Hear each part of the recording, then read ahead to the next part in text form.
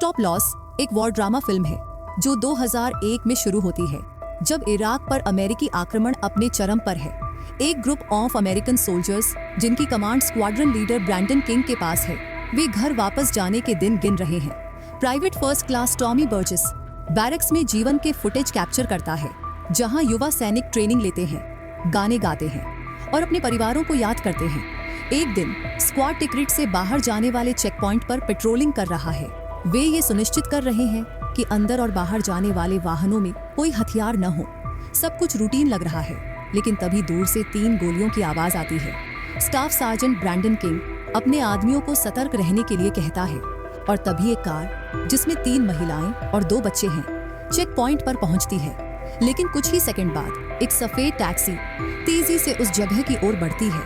वाहन में बैठे आतंकवादी गोलियां चलाते हैं और तेजी से वहां से भाग जाते हैं। ब्रैंडन अपने आदमियों को पीछा करने का आदेश देता है और स्क्वाड 2 हमवीज में उनका पीछा करता है। सड़कों पर बहुत सारे सिविलियन हैं। अमेरिकी सैनिक खुली गोलीबारी का जोखिम नहीं उठा सकते। वे अपने टारगेट व्हीकल का पीछा करते रहते हैं, जो जल्द ही एक छोटी गली में घुस जाता है। आतंकवादी तेजी से वाहन से उतरते हैं और आसपास के घरों में फैल जाते हैं, लेकिन हमवीज जो आकार में बड़े हैं, गली के मुहाने पर रुकने के लिए मजबूर हो जाते हैं। अमेरिकी सैनिक अपने वाहनों से उतरते हैं, सड़क के दोनों ओर 2 फ्लैंक बनाते हैं और पूरे इलाके को स्कैन करना शुरू करते हैं। 2 privates 9 millimetre calibre machine guns को भी संभालते हैं, जो दोनों हमवीज के ऊपर लगी हैं। इसी बीच ब्रैंडन अपने आदमियों को आसपास के घरों की जांच करने के लिए कहता है, जबकि वे धीरे धीरे उस जगह की ओर बढ़ते हैं जहां सफेद टैक्सी खड़ी है। अब वे गली के सबसे संकरे हिस्से में हैं, जहां दोनों तरफ ऊंची रेजिडेंशियल बिल्डिंग्स हैं। इस नाजुक मोड़ पर आतंकवादी जो इन बिल्डिंग्स की छतों पर छिपे हुए थे, गोलियां चलाना शुरू कर देते हैं। इससे अमेरिकी सैनिकों को एहसास होता है कि पूरा पीछा करना सिर्फ उन्हें यहां फंसाने की एक चाल थी।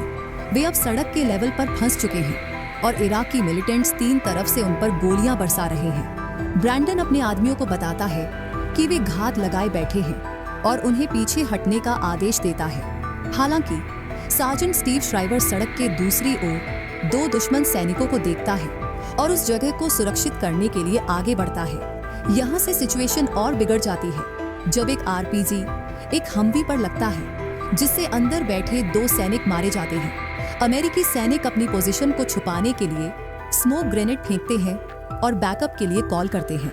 कुछ ही सेकंड बाद एक और आरपीजी नजदीक खड़े एक इराकी वाहन की ओर दागा जाता है। टॉमी को लगभग लगने वाला था, लेकिन एक साथी सैनिक रिको रोड्रिग्स ने खुद को उस पर झोंक दिया। रिको धमाके की चपेट में आ जाता है और गंभीर रूप से घायल हो जाता है। कुछ ही पलों बाद स्क्वाड के सदस्य पॉल प्रीचर कोल्सन की गर्दन में गोली लगती है। वो टॉमी की गोद में गिरकर मर जाता है, जो अभी भी आरपीजी के धमाके से उबरने की कोशिश कर रहा है। जैसे जैसे अराजकता फैलती है, ब्रैंडन एक नजदीकी घर में दाखिल होता है, जहां स्टीव अकेले ही चला गया था। वो उसे घायल पाता है और 2 ग्रेनेड का इस्तेमाल करने के लिए मजबूर हो जाता है। ब्रैंडन अपने साथी को बचाने में कामयाब होता है, लेकिन ये भी पता चलता है कि उसके कार्यों के कारण कई सिविलियंस की मौत हो गई है। वो युद्ध की कठोर वास्तविकताओं से जूझता है, जबकि इस घात में 3 सैनिकों की जान चली जाती है। कुछ हफ्तों बाद स्क्वाड के बचे हुए सदस्य अपने होम टाउन ब्राजोस टेक्सास लौटते हैं। उनका समुदाय गर्मजोशी से स्वागत करता है और लोग उन्हें ग्रीट करने के लिए सड़कों पर खड़े होते हैं। उनके सम्मान में एक बड़ा कार्निवल आयोजित किया जाता है, जिसका नेतृत्व यूएस सेनेटर ऑनर्टन वरेल करते हैं। सैनिकों को ब्रॉन्ज स्टार और पर्पल हार्ट से सम्मानित किया जाता है। समर्थन की इस बात के बावजूद ब्रैंडन खुद को भीड़ से ओवरवेल्म्ड पाता है और भाषण देने में हिचकिचाता है। स्टीव अपने दोस्त की घबराहट को पहचानता है और कुछ प्रेरक वाक्य बोलने के लिए आगे आता है। समारोह के बाद सेनेटर ब्रैंडन को अलग ले जाता है और एक बातचीत करता है। सेनेटर कहता है कि वो उन सैनिकों पर गर्व करता है जो देश के लिए कुछ किया है और किसी भी तरह की मदद की पेशकश करता है। वो ये भी अनाउंसमेंट करता है कि वे घायल प्राइवेट रॉड्रिगेज को अमेरिका के एक हॉस्पिटल में ला रहे हैं। ब्रैंडन उन्हें धन्यवाद देता है और कहता है कि अगर उसे किसी तरह की मदद की जरूरत होगी तो वो कॉल करेगा। उस रात वापस लौटे सैनिक एक लोकल बार में पार्टी में शामिल होते हैं और अपने परिवार के साथ ड्रिंक करते हैं। स्टीव इतना नशे में हो जाता है कि वो अपनी फियांसी मिशेल के साथ डांस नहीं कर पाता। इसलिए ब्रैंडन उसकी जगह लेता है और उसके साथ डांस करता है। इसी बीच स्टीव युद्ध में हुई घटनाओं के बारे में बात करना शुरू कर देता है, जिससे आसपास के लोग अनकंफर्टेबल हो जाते हैं। शराब और पार्टी की इस शोरगुल भरी रात के बाद हर कोई अपने अपने घर लौट जाता है। ब्रैंडन अपना सामान अनपैक करने में बिजी होता है जब अचानक उसे मिशेल का फोन आता है। वो बहुत चिंतित लगती है और उसे तुरंत आने के लिए कहती है। जब ब्रैंडन उसके घर पहुंचता है तो वो स्टीव को लगभग नंगा पाता है, जो फ्रंट यार्ड में एक गड्ढा खोद रहा है। वो अपने दोस्त से बात करने की कोशिश करता है, लेकिन स्टीव इतना नशे में है कि उसकी बात समझ नहीं पाता। ब्रैंडन फिर घर के अंदर जाता है और देखता है कि पूरी जगह बर्बाद हो चुकी है। वो मिशेल के गाल पर एक निशान भी देखता है और समझ जाता है कि उसके फियांस ने उसे मारा है। बाहर स्टीव ने गड्ढा खोदना खत्म कर दिया है और एक बंदूक पकड़े उसमें सो रहा है। ये साफ है कि वो सोचता है कि वे अभी भी युद्ध क्षेत्र में हैं। अपने दोस्त की चिंता करते हुए ब्रैंडन फ्रंट पोर्च पर सोने का फैसला करता है ताकि रात भर सब कुछ शांत रहे। हालांकि उसकी नींद तब टूटती है जब टॉमी अपनी कार को घर के सामने एक पोल पर चढ़ा देता है। वो भी बेहद नशे में है और बताता है कि उसकी पत्नी ने उसे घर से निकाल दिया है। अगले दिन ब्रैंडन सभी लड़कों को अपने रैंच पर ले जाता है, जो शहर से बाहर एक छोटा सा फॉरेस्ट केबिन है। वे वहां समय बिताते हैं, ड्रिंक करते हैं और टॉमी को अपनी शादी के गिफ्ट्स पर गोलियां चलाते हुए देखते हैं। इसी बीच हैंगओवर से पीड़ित स्टीव अभी भी ट्रंक में सो रहा होता है जब उसे गोलियों की आवाज सुनाई देती है। वो चौंक कर उठता है और उसे समझ नहीं आता कि वो कहाँ है। हालांकि वो आगे बढ़ता है और अपने होश वापस लाने के लिए अपना सिर बर्फ के पानी से भरी बाल्टी में डुबो देता है। अगले दिन ब्रैंडन, टॉमी और स्टीव अपने मिलिट्री बेस पर रिपोर्ट करते हैं ताकि अपना गियर जमा कर सकें।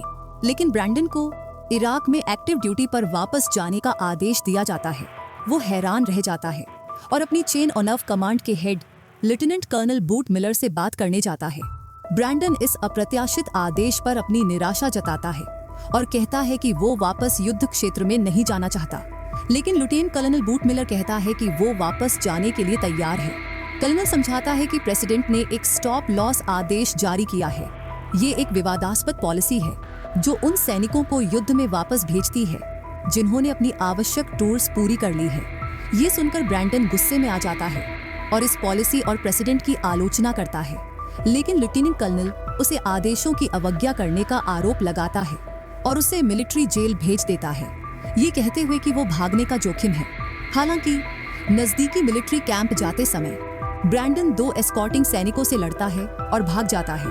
वो एक मिलिट्री जीप भी चुरा लेता है और बेस से दूर चला जाता है। स्क्वाड्रन लीडर फिर अपने बेस्ट फ्रेंड स्टीव को कॉल करता है और बताता है कि वो इराक में स्टॉप लॉस होने के बाद AW wall absent without leave जा रहा है।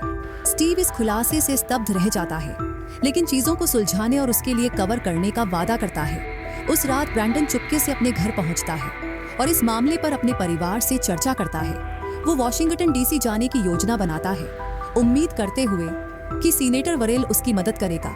उसके पिता चेन ऑफ कमांड का उल्लंघन करने और लेफ्टिनेंट कर्नल की पीठ पीछे जाने को लेकर चिंतित हैं।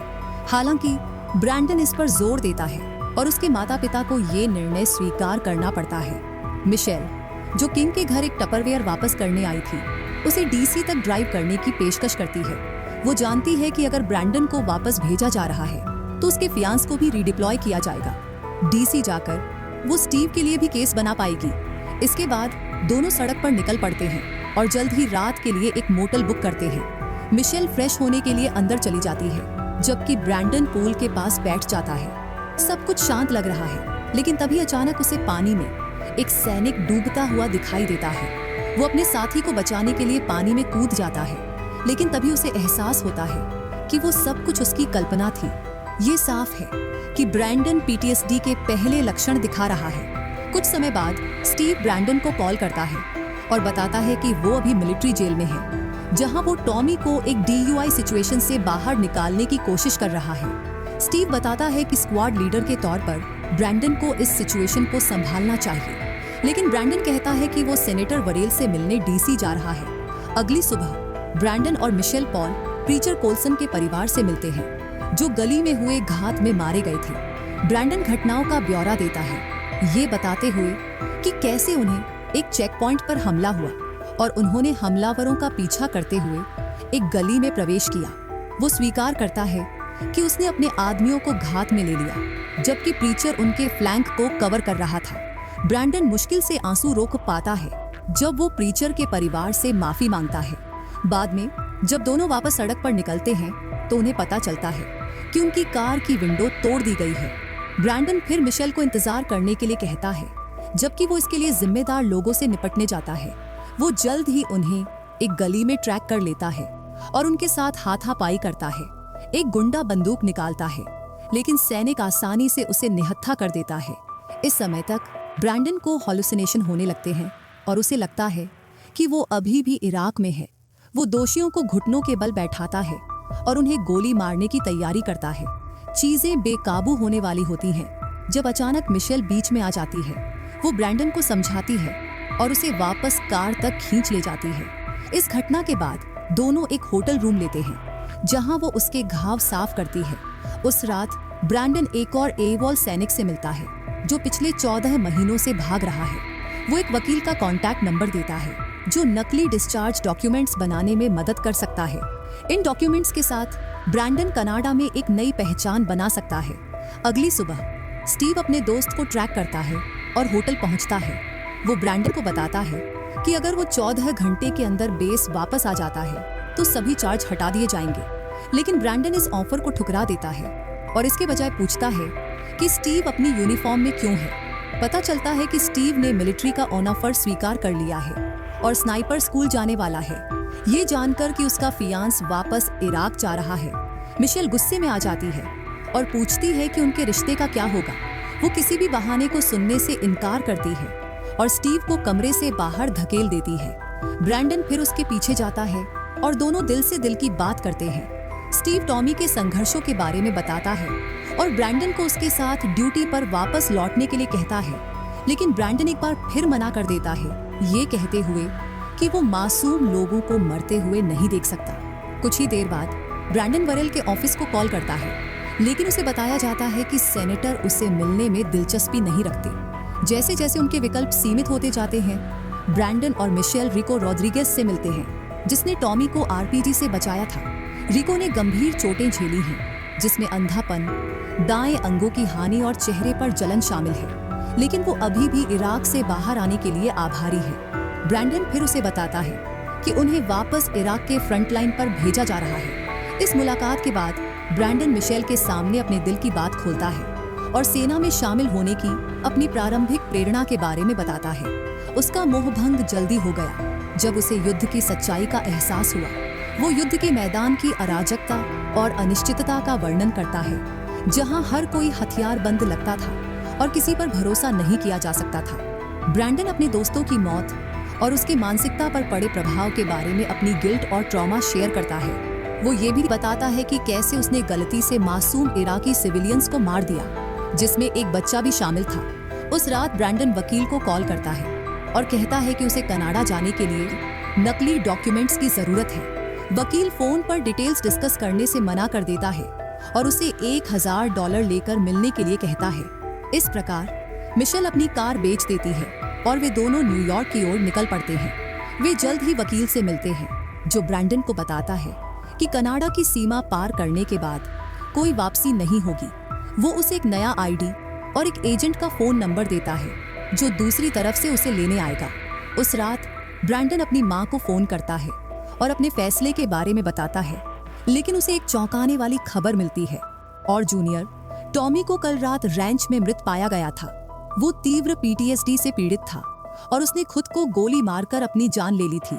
अगले ही दिन ब्रैंडन टेक्सास लौटता है और टॉमी की कब्र पर जाता है जब सभी लोग जा चुके होते हैं। स्टीव, जो पास में ही था, ये देखता है और अपने बेस्ट फ्रेंड का सामना करता है। उनकी बातचीत जल्दी ही एक तर्क में बदल जाती है और फिर एक पूरी तरह से झगड़े में। स्टीव उस पर आरोप लगाता है कि उसने उनकी स्क्वाड को बिना लीडर के छोड़ दिया है, लेकिन ब्रैंडन जवाब देता है कि वे सभी एक बेमतलब युद्ध में पीड़ित होंगे और मर जाएंगे। दोनों कुछ देर तक कीचड़ में लड़ते हैं और अंत में अपना संयम वापस पा लेते हैं। आखिरकार ब्रैंडन खुलता है और कहता है कि वो उस गली में अपने ग्रुप को ले जाने और अपने साथी सैनिकों को मारने के लिए जिम्मेदार महसूस करता है। स्टीव बताता है कि ब्रैंडन की लीडरशिप के बिना वो मर चुका होता, लेकिन ब्रैंडन का धैर्य खत्म हो चुका है। वो कब्रिस्तान छोड़ देता है, अपने बेस्ट फ्रेंड को निराशा में रोते हुए छोड़कर। इसके बाद ब्रैंडन अपने घर जाता है और अपने माता पिता से मिलकर विदा लेता है।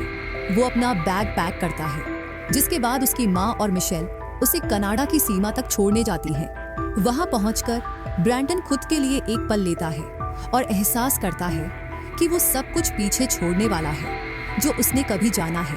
वो ये भी जानता है कि भले ही वो सीमा पार कर ले, लेकिन युद्ध के भूत उसे कभी नहीं छोड़ेंगे। कोई रास्ता नहीं है, सिर्फ दो कष्टदायक रास्तों के बीच चुनाव है। आखिरकार ब्रैंडन अपना मन बदल लेता है और अमेरिका में रहने का फैसला करता है। जैसे जैसे फिल्म समाप्त होती है, हमें टेक्सास के मिलिट्री बेस की ओर जाती एक बस दिखाई देती है, जिसमें नए और पुराने रिक्रूट्स सवार हैं। ब्रैंडन, स्टीव और लेफ्टिनेंट कर्नल बूट भी बस में हैं, जो इराक के एक और टूर पर जा रहे हैं।